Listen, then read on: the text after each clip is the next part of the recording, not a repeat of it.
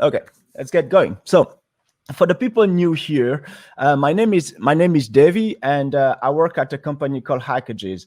You can see Hackages right here. We're just a bunch of software engineer sharing knowledge and helping client with those knowledge. We run a lot of workshop, technical workshop, and actually that's how I met some of you, Martin. I met yeah, quite some people here in the core through our technical workshop, and beyond that, in long story short, we spend a lot of time hacking. If you pay attention to that picture there, it was before Corona, and we gather with people in rooms in Amsterdam, Brussels, Paris, Dublin. Like the team was traveling everywhere around Europe and running free workshop in evening that we call AgJam. So it's like we give people an app and we go ahead and try to make something out of that app. So over the years, we spend time sharing knowledge and building architecture for application, building apps for apps. And one of the technology we use a lot is Angular. As you can imagine, on the front part, we also use React and Vue for some part, but I'm a huge fan of Angular. And I saw every single client, regardless of the size of their app, they were using a version of a state management tool. Okay, so my talk today is basically a way to kind of rethink the way we've been doing it lately. Okay, so before I start, I have two bonus for you, right? Two things. The first one is the fact that we're partnering with a company I have a ticket for a conference for you. It's just that simple. I have a ticket for a conference for you. So I will be writing the information in the chat, or one of my colleague will be writing that in the chat in a few seconds. But you can actually win. Let me go here and show you that conference. It's the GraphQL Galaxy conference. You can actually win today the ticket for this conference right here, right? And it's a GraphQL conference, obviously online, since there is this thing called Corona. But yeah, if you want, you can just follow the instruction on the chat there, and at the end of the session, we will make sure that we give that ticket to people. So, and then second one. So that was the first one. The second one is, whenever we start a session like this one, I want to give you something. I want to show you something that I found really cool that you probably don't use today, that you can already use, and that will make your application much better. I'm a huge fan of TypeScript. And in TypeScript has this amazing feature called use strict. How many of you use strict in their code? Just give me a yes, no, yes, hands up, yeah, hands up, okay, no, okay, you don't, no, yes, not all time, okay. I'm gonna just take 2 minutes. I will show you something about use strict, and then we go back to the state management. I want to give you that little thing there, because it will probably blow most of you. It will blow your minds, like, hey, this thing can actually make our code much stronger. So let me quickly get an app here. I have Belati, hi, yeah, Alessandro, hi man, good to have you here. So look at this. I have this app where it's a quite popular app out there, and you can see the code in this. This is just an Angular app with a lot of files and stuff like that. In a few minutes, I'm going to show you how this app is built with NgRx, and we can go a little bit the need to have these state management tool there. But let's start with something really simple. So the first thing here is, when you look at this app, let's take a component.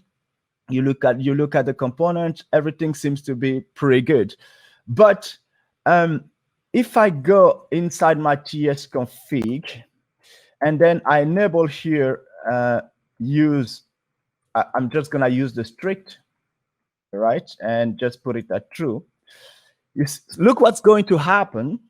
Just do this, and I go back to our component. Which one was it? Let's say the article component, and right away you can see that I start having an issue right there, right? So the code you think is kind of safe, and by using strict, you will see the issue there. So if I go back here, just put it at false, you can see that here on the left, this thing here will completely disappear. So let me open it again, because if it's open and I do it, it doesn't work. So look at this now. So let me go back and put this to true. Okay. Okay, now if we go back here and we run that file again, I'm just gonna quickly show you a way to fix stuff here. So here in Angular, when you see this, you would probably think, well, okay, article has no initializer, okay? So what you're gonna do there is, most of people, what I saw people doing, they went like, okay, let me give it something. And then they go like, oh, I'm gonna put probably null, but null won't work because you don't know, or you just say new article, but article is actually an interface, so that won't really work. So I saw people who did this, for example. They say, okay, it's either article or null, and then they put like this, and then it kind of solved the problem for them. But this is really not the intention. That was not really what you were planning to do in a way. So in TypeScript, there is a thing that you can use.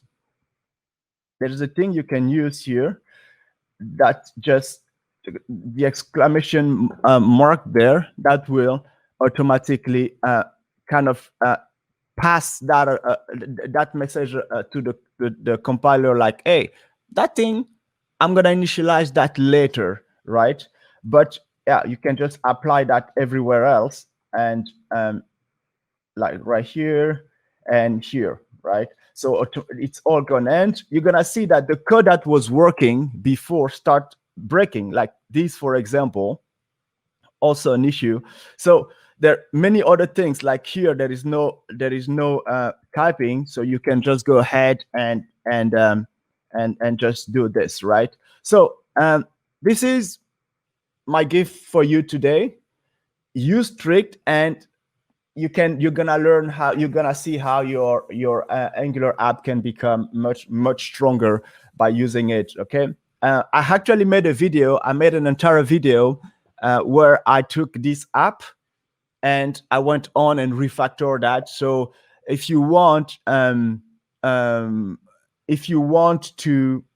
have access to that video, just give me a shoot there, and I will make sure that next week when we release that, we send that your way. Okay, so cool, we have it. Is it clear?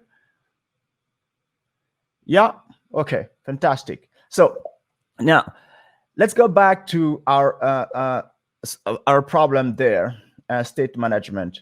So if I go here, the question is, why do you need them? Why do you need these libraries? And the first answer, the answer I got from people usually is like, yeah, I have these library. Let me just quickly share my screen. I can write a bit of stuff here, so it makes it easier for me to explain concepts. But my question there is, why do you need them, really, at this stage? That is my question.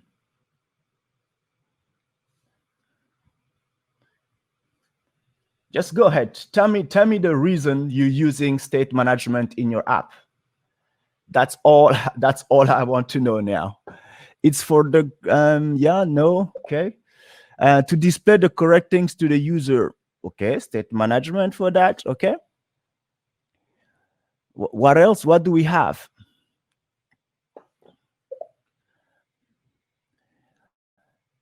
Oh, to be able to have reactive interaction with component. I love the reactive part. I love the reactive part there. So let me quickly take note of that. So I heard reactive component. What else? Application behavior may depend on the state. Well, okay. So you're basically saying state leads to a component. Like you're basically linking the state and the component it renders in a way. Always have the updated version. Eric, that's a good one. Always have the updated version of what? Really? The object. Okay. So there is this idea of like having an updated version of the object. Okay.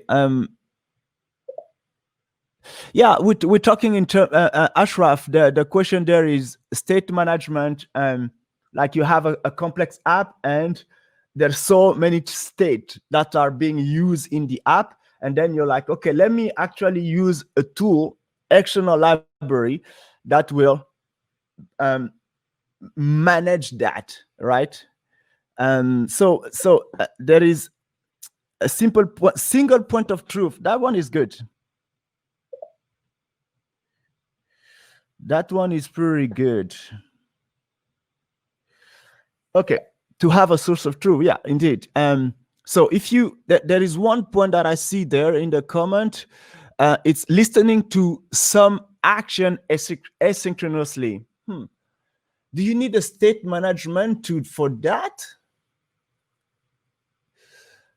Okay, interesting. So let's continue here. Let's continue here for a second. So in Angular, the main options are these three things. There are more actually, but these three are like NgRx is probably the first one. You have NGSX and you have Akita, which is also used in this environment. Okay, those are the main thing there. And then next to that, the thing is like when I see the app today, I'm like, you might not need them. You might just not need to have this thing there, right? And I'm gonna show you kind of why. Okay, so let's quickly go on. I'm gonna show you just one app here to start. So I took this app that has it's built with NX, and you have the app itself is a very famous app. If you once I'm gonna run it, you realize that it's some app you already saw somewhere there. So this app has, if you really pay attention to the structure of the code, you have the project, the main project here, some end-to-end test right here, and then a set of libs. And inside the libs, you have the APIs, so dealing with backend stuff, article libs. So because the app is dealing with articles, so they have an entire module for articles, article list, and then each of them is kind of its own project, right? And then inside, you're going to have like state management. On the state management part, you can see that these are the actions. These are the actions only for the article. Just that, to handle action for the articles, okay? And then you have the effect. Like in NgRx, you're gonna have effects to deal with side effect, obviously. Okay, so all of this, what they're basically doing behind the scene is they're gonna make some HTTP call and then dispatch an event. And once the event has been dispatched, you have access to your the data goes back to your to the store, right? Because there is one source of truth. So if I were to show you that in terms of let's do it in terms of I'm just trying to get a nice way to show you that structure there. So let me go back right here. So if we go back here, we're gonna have a few steps. The first one usually start with the UI. And then what the UI does is going to dispatch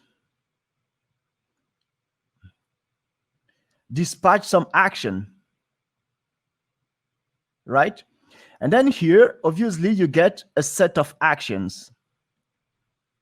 And once these actions are being dispatched, they're going to call a set of reducers to actually deal with the logic of updating the next thing here, which is the store. Right? And then you can see there is a clear flow. And then this one, the UI will subscribe to it. So here you get the state that will be passed there, right? So this one, from the reducer, you will be able to update the store. And then the action here will be, so from the UI, you go to the action, and then you have the, let me take another color here. You go like this, and then the reducer takes here, the store gets updated, and this part here is basically the subscription part, okay? So everything you mention here makes sense. Reactive component. State, basically based on the state you have here, you have a different UI, which makes completely sense. And then you have the fact that most of your logic goes inside the reducers, right? So you kind of isolate stuff. But I'm gonna ask you an honest question here. Be completely transparent in terms of the way you think about it. What are the pros and the cons of this approach? Let's take any library that you're using. What are the? I want to start with the pros. Just start with the pros, please. Just one keywords, like what are the pros for you?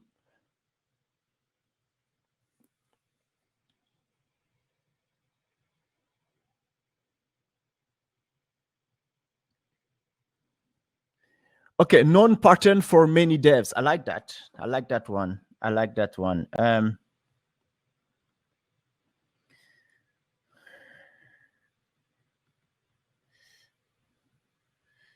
For devs, okay.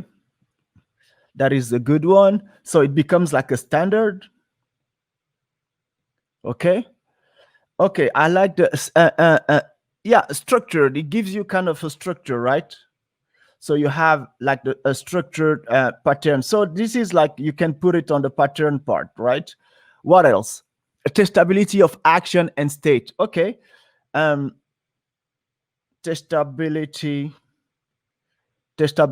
Yeah, I like the testability part. It makes it easy to test, right? That's the thing. Sorry, my writing is not fantastic, but Niels said UI separated from data state or data driven single point of truth. Single point of truth we kind of mentioned already. Single point of truth comes back a lot. So the idea of a single point of truth is the fact that at some point all your state is available here. Any single part of the app that needs this data will get it from the store, right? That's one thing there. Okay, so now here next on to my next question. What are the cons? What are the cons for this approach? Let's put it bluntly. Boilerplates, yeah. Add some complexity, yeah. Okay. So we have the boilerplate, complexity. Okay, what else? There is a big learning curves, yeah. And I saw like data is global. I'm not sure about data being global, but because how it's kind of always global, right? Because you take it from somewhere and you bring it you bring it up front, and yeah, if done incorrectly, it can become a mess, and I guarantee 90% of the app become really a mess because of that. For me, it's up to keep modules separated, and I often need to combine state from multiple component or listening from action for different module. Circular dependency, that one it's also circular depths. Yeah, okay. Difficult to change UI action on action completion. Yeah, UI and state is not easy to merge with these actions. There are plenty, right? So here on the left here you have the pros a bit, and then here we have the cons here, right?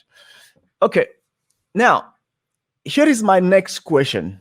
My next question is, what are the different states you're dealing with in an application? What are they? Can you just give me like there are a few different states in any application. I just want to get a sense of, do you know which one are there?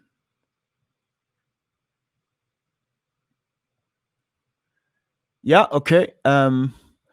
Initial state. Well, you said initial state. No, initial state doesn't count, because at the end of the day, what is initial state? It's just where your app start, right? But which kind of state are you dealing with in an Angular application? I'm just gonna write that down here. So while logging, load some data. But what is that? Fabien just said UI state. That's UI state.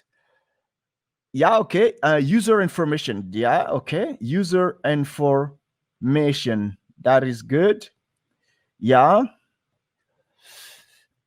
So, but loaded, error, those are not really state in a way. Those are what you just listed there, Martin. What I will call them backend state in a way, because you're gonna make a call to a backend to bring those data there. So it's like server state that you're bringing in front, right? So let me narrow that down, because I see that mostly people you're managing, you probably didn't get my question entirely. My question is mostly about, if you were to split state in your application, which kind of state do you have? There is a UI state, as Fabien mentioned. The UI state is basically someone click on the button and you have a slider, you have the something open on and off because there is a flag that turn close the windows and stuff like that. Those are like UI states, right? And then you have the server state, the server state. So let me write that down here for you. So we have the UI state, user information state, obviously. So we just mentioned already that. You're going to have, some people also talk about router state in the application, right? What else could we have there?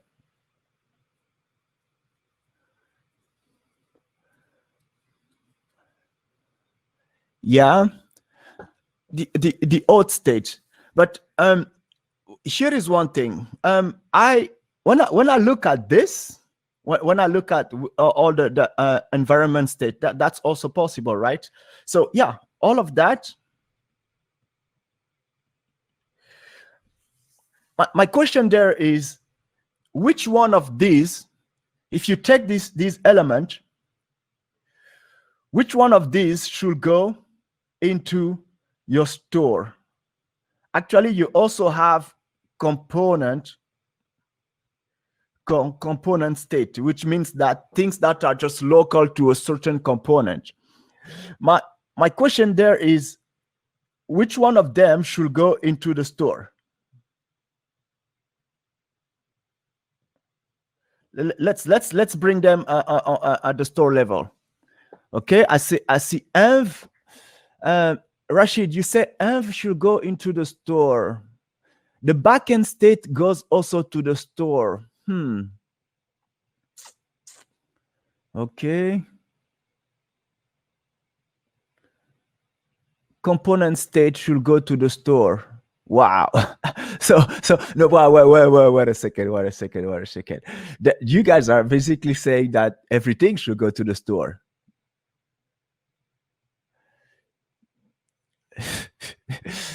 Who is AF? Someone is called AF there and then says none should go to the store. Okay. Okay. Yeah, that's funny. Okay, let's take it one after the other. So yeah, I'm almost there. I'm coming. We're coming all together there, right there. So the UI state should be derived from the backend state, I assume. Okay, so let me go from Rashid said the environment state should go. I'm not sure about that. Why do the environment state should go to the store? Because environment state, are you talking about the fact that are you in prod, in dev, or this kind of environment? Is that what you mean, Rashid? I'm not sure about that one. One of the things you do today, you take this, you put it in the store. That's guaranteed. Most of you just do that. You take the backend state, you put it in the store. I wouldn't put this one there. You also take the component state, you put it there. Like component that can have its local state just being moved to the store. Let me design a kind of store here so we have an idea of where we're putting that. User information to the store. Let's put it in the store as well. Okay. How about the UI state?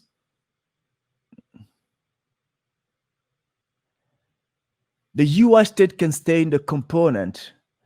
The UI state can stay at the component level unless it's being used somewhere else. Then someone just dropped the bomb there that I'm about to drop as well.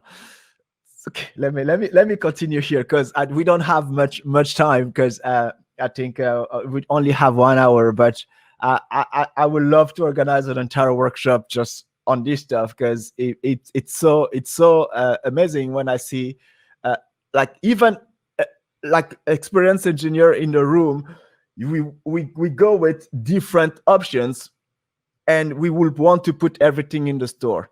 But I have to go back to something first. You know what standard and standard and known pattern. So these two, so this one and this one, what they do is they just make like anyone who wants to start an Angular app, if regardless of the size of the app, they will go straight for state management. Why? Because it's a standard. And because, yeah, everyone does it. But I need to tell you a story about state management. State management start from the Flux era. Maybe some of you don't remember the Flux era, but if you go back to the Flux era, Flux is, if you just take Flux here, Flux was built by Facebook. And when people see Flux, they are basically they think, well, okay, it's a framework. Flux was actually mostly like a mindset, a way of thinking in terms of state. The main idea there was, if you remember, it was one way data flow. And if you were not lucky enough to do to program in Angular JS era, you're gonna know that in Angular JS era you had a thing called two ways. Yeah, it was two-way data binding. I know. Some of you are like, oh damn shit, that thing was really, really tough. I feel it. I feel it. It's okay. It's gonna be okay. It's okay. Oh, you don't see what I'm writing. Sorry. Yeah. So thank you, Eric. So Flux was actually built by Facebook, as I mentioned, and the main idea was one-way data flow in your app. And if you go back to the AngularJS era, yeah, you had this two-way data binding stuff that was really, really tough. Okay, so and then when this idea came up, it started really into the React ecosystem. Well, let me go back here. React versus Angular. No, we're not fighting here. We're not fighting here. We're just gonna explain something here. This one is a lib. It's a UI lib. This one is a framework. And this one over time start thinking in terms of like, how can we make sure that state becomes easier in a React app? And they start creating things like context. You have many things that in the React ecosystem that are actually making it easier to move away from state management library. In the Angular part, damn, we had something from day one. We had something from day one. We just all went toward the hype. We just all went toward the fact that state management is a thing and every app should have it, or most of the apps should have it. Guess what thing we had from day one when Angular started? One thing: RxJS, observable, and obviously services. In Angular, we had services, and services, you can think services and observable in the same thing. Services it was already there. And there is something about services that you need to know in Angular. What is the main thing about services that you need to know about in Angular? What is a service in Angular? It's injectable, okay, injectable, but there is something else. Can be shared, yeah, okay, the shared part is important. The shared part is important. Singleton, exactly, that's the one I was expecting. Services are singleton. And yeah, you can have services that are not, but that is a different way of building an Angular app, and it's possible. But by default, you're gonna have the fact that there's singleton, which means that if you take that thing and you share that to run your application, you already have kind of one source of truth into a singleton, into a service. By the way, for all the people using all the libraries, the tools out there, you're using a store. That store there is a singleton. It is a singleton. So it's already a service. And if you look at the code for a second, if you look at the code here, let me take a component. Let me take a component here. Let's say app.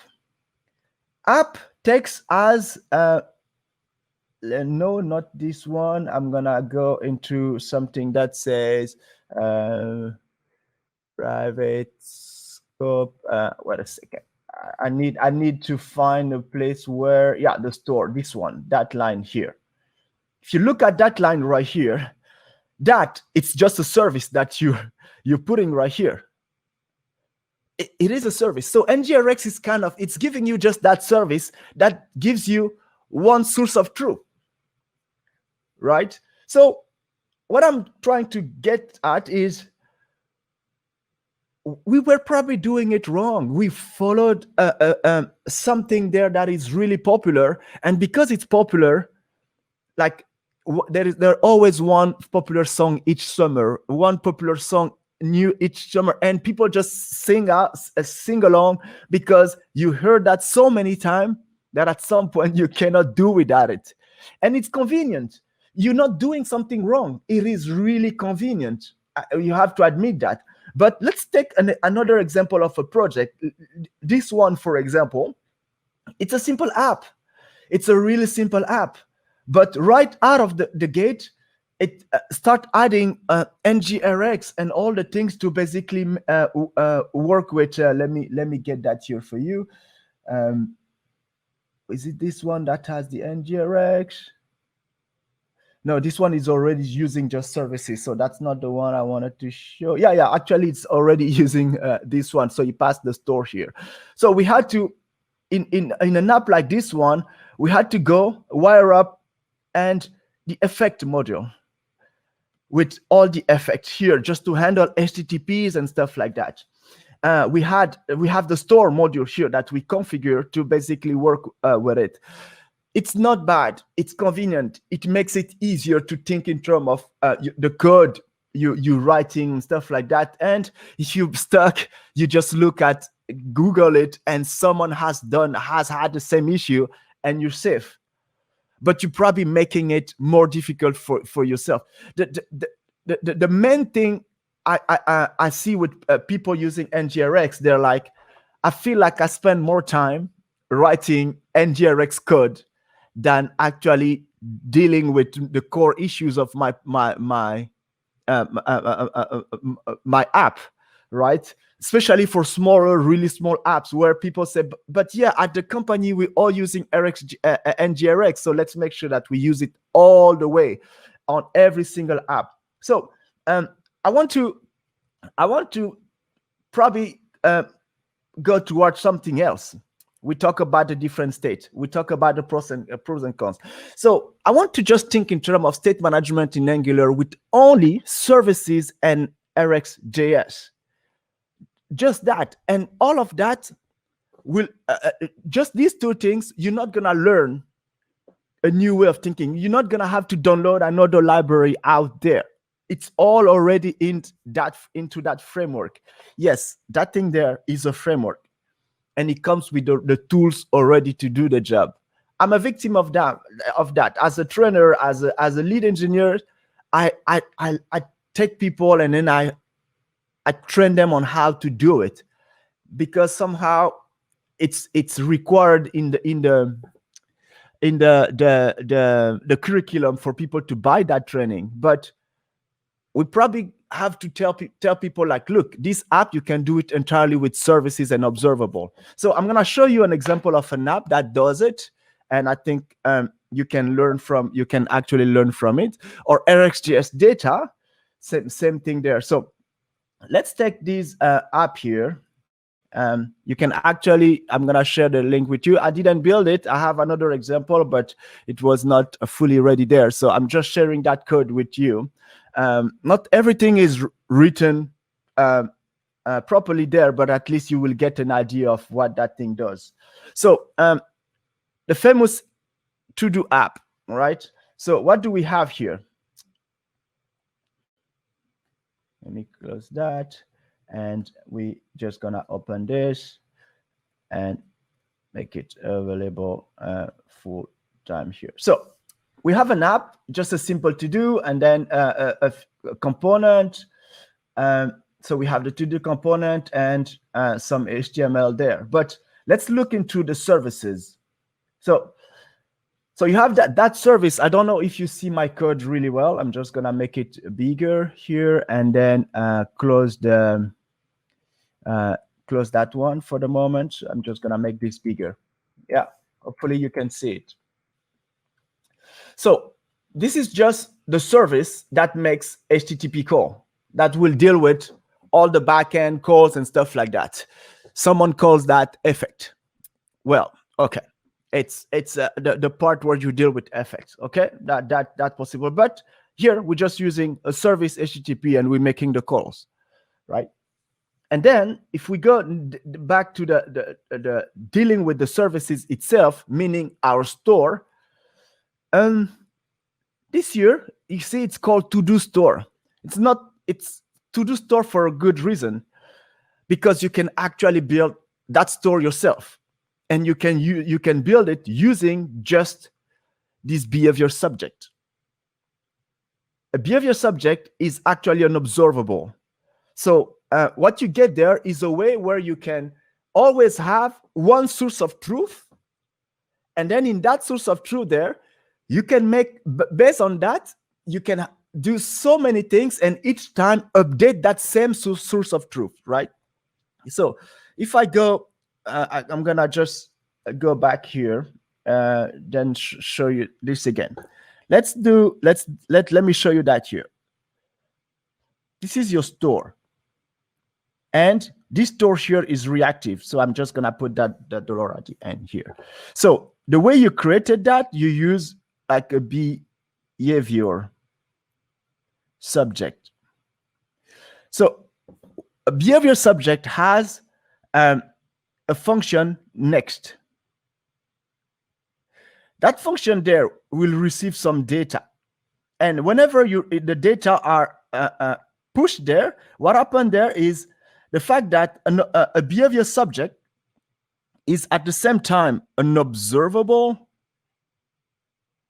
and an observer. It means that here you can subscribe to this, and here you can push data into the stream. It's basically in one thing you get that behavior. So the way you push things, it's by using the next. So each time you type something in there, it will go directly into the store. And then anytime someone needs it, they will just have to subscribe to it. So next will push things in the store, and then subscribe you will be able to read stuff from the store. But that mechanism there, it's built in in Angular. It's already in Angular, right? And it's standard. and probably the thing you're missing there is, it's probably not structure, or I'm not dispatching stuff there. You could build the same patterns by just using a behavior subject. So let's go back to the code quickly here. So what happened here is the fact that we create a behavior subject, and because this is a service, we know that thing will be the same across the app, everywhere else in the app. So then in the constructor, we just fetching the initial data. So someone said, yeah, initial value and stuff like that. You know what happened here? When we do this, we make this call.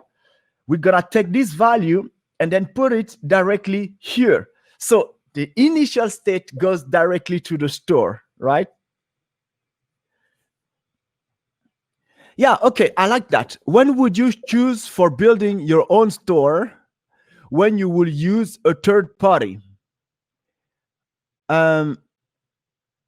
Yeah, you don't need the use of as observable anymore, because it's since it's an observable, you can just connect to it. It's there. That thing was there before, but there is no need for the as observable.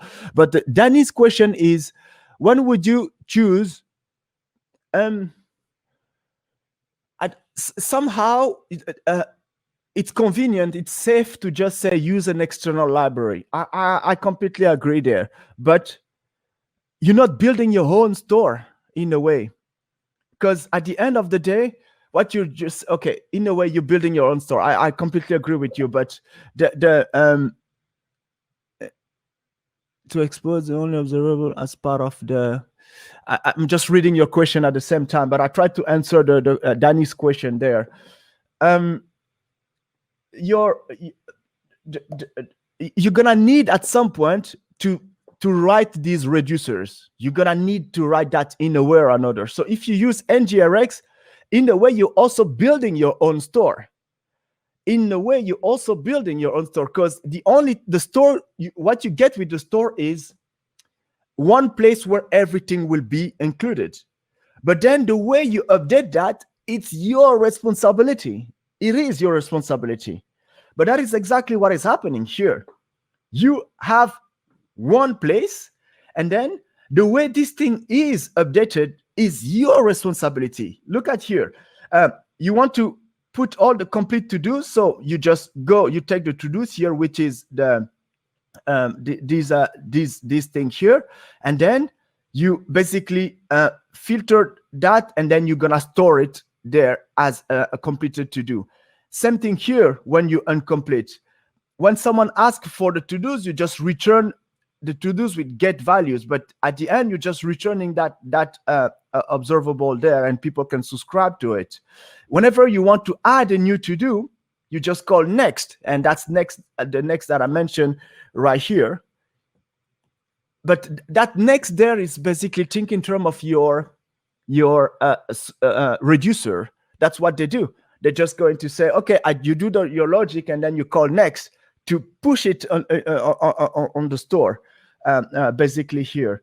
And then you're gonna have, yeah, this is a reducer, for example. It does a bit of logic. It's gonna check if there is a title in there, and then create a new to-do and stuff like that, and then call the service to update the thing on the back, and then it will be able to add that to your to add it into the store, basically. But that logic there, you're gonna write that anyway if you're using NgRx, right?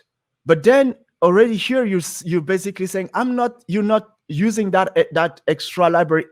Let me put it this way. I have nothing against NgRx. I have nothing against state management. I just feel like we became blind at thinking in terms of engineering, like which problem am I solving really? Do I really need that thing? And if you don't need it, what are the options?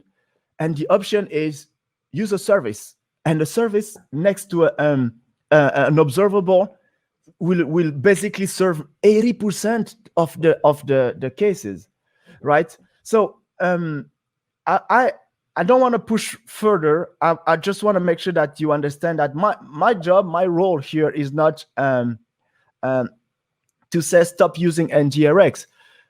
As the title of this session was designed, is like, I want just you to revisit it, think about it differently, because yeah, they're all awesome. They give you awesome tools. One of the things I love with NgRx and Redux way of thinking is the debugging capabilities. That thing is awesome.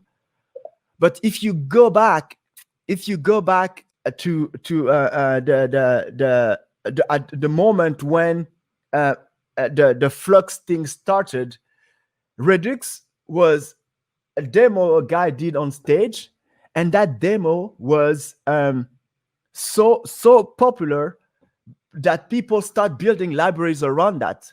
But one of the things they forgot about that demo,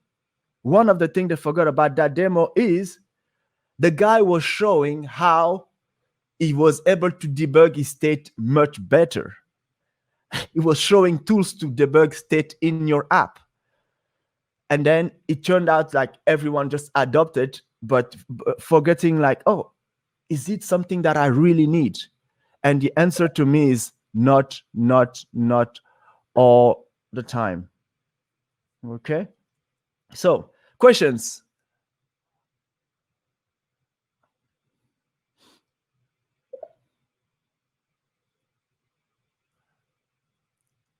Questions.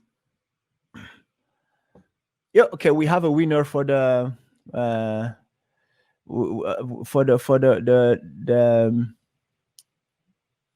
ticket. So it's Pablo. Pablo just won the ticket for the conference. Have fun, man. Congrats.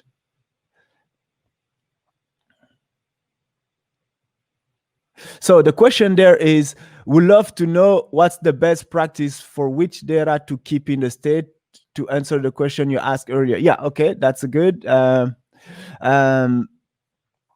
So yeah, I think I can do an entire webinar on that. Yeah, and then explain a little bit this thing there. But hopefully you get my point. Yeah, I'm not pushing this thing out. I'm basically saying think about the way you can make your application smaller and actually just use the tools that are already there. And trust me, Angular is a great tool already by itself. Yeah. So the question is, do you see a use case where NgRx is mandatory in Angular over RxJS? Yeah, okay. Here is the thing. I see there was a question by Danny. When would you choose for building your own store, and when would you use a third party? And then I'm gonna combine that with Fabian's question about do you see a use case where NgRx is mandatory in Angular over service RxJS? So it all comes down to the team, the way teams work. From my point of view, I will say if you have a big app, like a really big application, and you have multiple teams working on it, standardizing stuff makes it easier for people to find their way around. It really makes it easier for people to find their way around. So if you use a tool like NgRx in a big app, and you know that people will come back and forth on this project, or there's just multiple teams. I remember working at the bank in Belgium, and there were like, we have one core team and then up to 10 features teams. And at that moment, you want to have something where everyone is actually using the same principle, but you should be open to listen to the fact that, well, we can actually build something internally using services and observable, and standardize that at the company. So bigger app, really big app, or big teams can benefit from using NgRx, but still you're writing a lot of code for something that can be actually easier to handle, really. And yeah, you're talking about UI. Here you can have an how do you call that, a behavior subject. So you can have a subject that only deals with UI stuff. You can literally have a service, its only job is to deal with UI things in an entire set of applications. And yeah, that's basically what I wanted to share with you today. Hopefully I wasn't yeah, I didn't break your heart, but yeah, that's what I had in fold for you today. Do I have other questions here? Yeah, it's a good exercise, yeah, to really understand how state management works. Yeah, I mean, the understanding how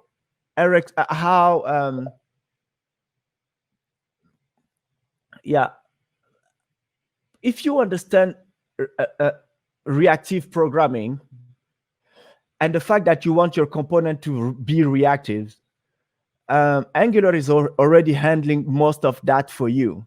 So you need to understand really well how Rx, how observable subject things like that work.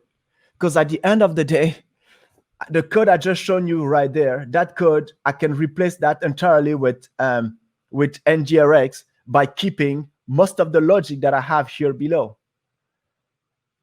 Because at the end of the day, this is really the main thing there. One store, one source of truth, and then you can build things around that. Okay. Questions, people? It's 1 p.m. It's over. It's 1:02 already. Any questions? Yeah. Okay. Look at this. Takeaway from this session to me are like, please, yeah, you're welcome. Yeah, the TypeScript tips there, it's for free. Please use it. But there is something important is if you put use strict on a project, make sure that your colleagues are ready for that, because use strict makes your life really miserable if you're not familiar with TypeScript. That's the one thing. Second thing is you don't need to use state management tool. You can always use Angular native services and behavior and subject services, because they're singleton and they can be shared everywhere with less code. At the end of the day, they're injectable, so they can be used everywhere. And then on the other side, a behavior subject has a possibility for a component to subscribe to it, literally subscribe to it, or any other component can push data there. So you have that one pipeline where they can at the same time subscribe and push data in there. It makes it really beautiful writing code that way. I'm off. See you next time. We have we just share with you. We just share with you a survey there, so it will be great to have your feedback on how we can improve this session. And if I'm just putting it back here, so please give us your feedback once again. And thank you all. Bye, Fabien. Bye, Ashraf. Bye, Danny. Thanks. And then see you next time. Yeah, definitely do that. Pablo, have fun. It's GraphQL is great. GraphQL is amazing. Yeah. Bye, Maria. Fantastic. Cool. Thanks, Martin. Good to have you here, man. Thanks for your input. It's difficult when you don't see people, but I know you guys are there, and hopefully you had fun. Bye.